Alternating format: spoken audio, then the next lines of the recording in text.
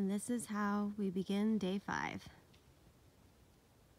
It's beautiful. And it's lightly snowing as well, but I don't think it's cold enough for anything to stick. But it's just beautiful. We are, I don't know, it's pretty late in the morning, I guess, maybe 8:30, but neither one of us could sleep last night. It basically, like, the wind was so strong last night. It was just ripping through our camp, and it was so loud, so neither one of us could sleep. I even had earplugs in, and it was still super loud.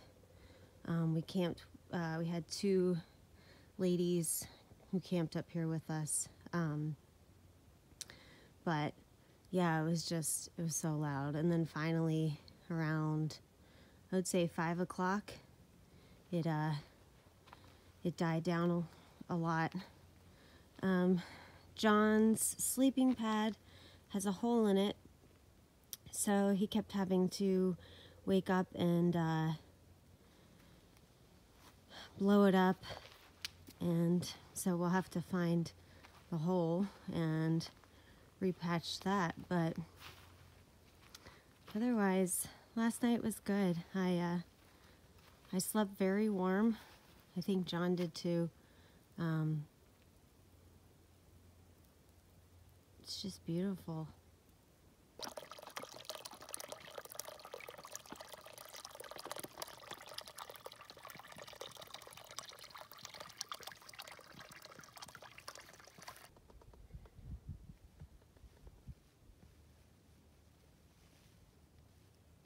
All right, so let's talk about our gear. Let's talk about our quilts. I love those things. And lighting equipment, I feel like it's the way to go. We got 10 degree and 0 degree quilts. And last night it was 37 degrees. And I went to bed with my fleece on, thinking I'd get cold in the morning. And that would help with that. 37 degrees in our tent. Yeah, 37 degrees in our tent. Anyways, 1 o'clock, 1 a.m. rolls around, and I'm still awake. Oh, let me backtrack. It's like a really bad windstorm last night. Just howling. I thought I was at the beach. So loud. I think that's what kept me up, because I was worried about the tent blowing away. Yeah. That tent was making so much noise. I really thought it was gonna blow loose, but it did amazing. I know I had some trouble with Z-packs, but what I can tell you is there's not a tent I'd rather have right now. So I'm really enjoying that tent. Went to sleep in my fleece, tried, couldn't go to sleep. 1 o'clock was around, and I'm still sweating. You know, when I first got in, I figured I was hot then, but I'd cool off. Well, that never happened. That 10 degree quilt is something serious. So I took my my fleece off in the morning, sometime in the middle of the night, and went to sleep. Ended up waking up twice cold because my sleeping pad deflated, and I was like almost touching the ground, or kind of touching the ground, I think. So I had to get off of it, blow it back up, go back to sleep until I went back down. I'm really hoping that there's no hole in it, and it's just the one-way valve is just dirty. I cleaned it, and I just got my fingers crossed for tonight. What else, Amy? We're going to Low Gap shelter, I think. It's like 8 miles away. Huh? We're a little past.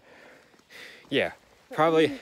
That's our minimum. We're going at least there, and then we're aiming. You know, the terrain looks pretty flat after that, so we're just gonna do whatever Feels good to us afterwards. I am so glad I brought the clothes I brought. There's nothing worse than being cold. And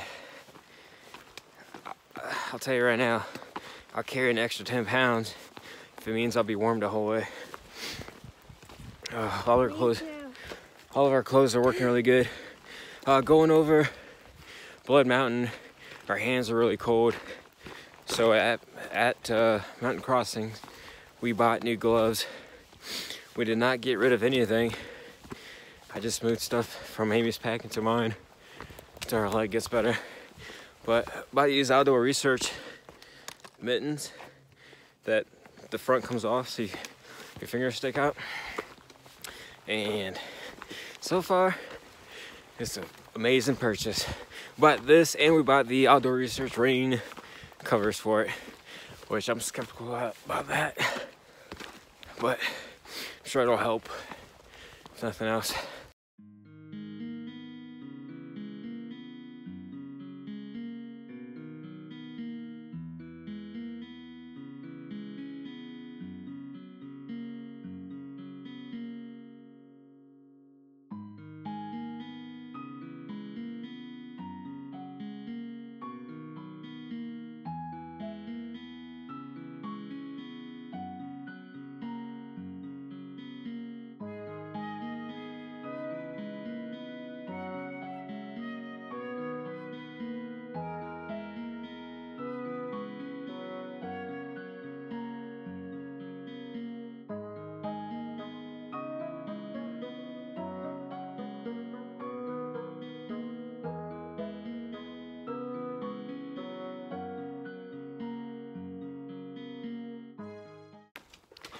We got our first taste of trail magic down at Tesnatee Gap.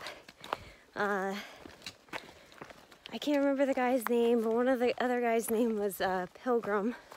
And they had donuts, coffee, hot chocolate, sodas.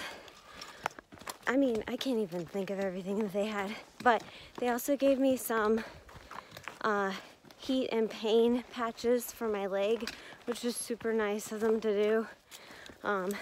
So it was really, really cool just to it was our first trail magic. So, but it was a blessing and we're very thankful for it. We just climbed up some no-name mountain, which was really, really hard, but yeah. So, just wanted to tell you about the trail magic.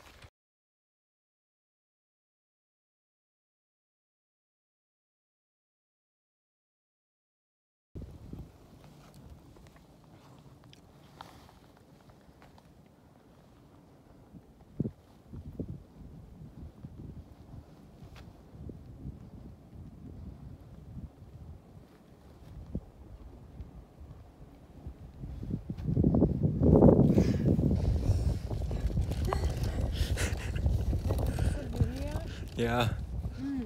Let me tell you what happened. So, John and I were planning on taking it slow, right? Well, we're supposed to stop after 10 or 11 miles, but all the campsites were full. We came upon one campsite, but it was really kind of crappy. The wind was blowing real hard. So, because we're crazy, so let's push on. So here I am, crippled. We're both hungry, exhausted, tired. I'm carrying 3 liters of water because I'm scared we're gonna run to a good camping spot and not have water. So this is the adventures of John and Amy. This might be our last day. On this super narrow ridgeline, this is the whole thing.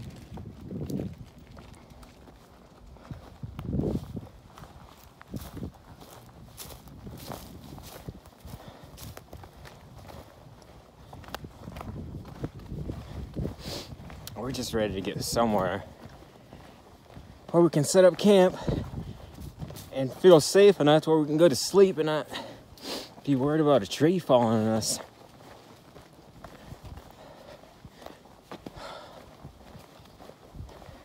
Because that last spot was in the gap, and it definitely was on the sketchy side.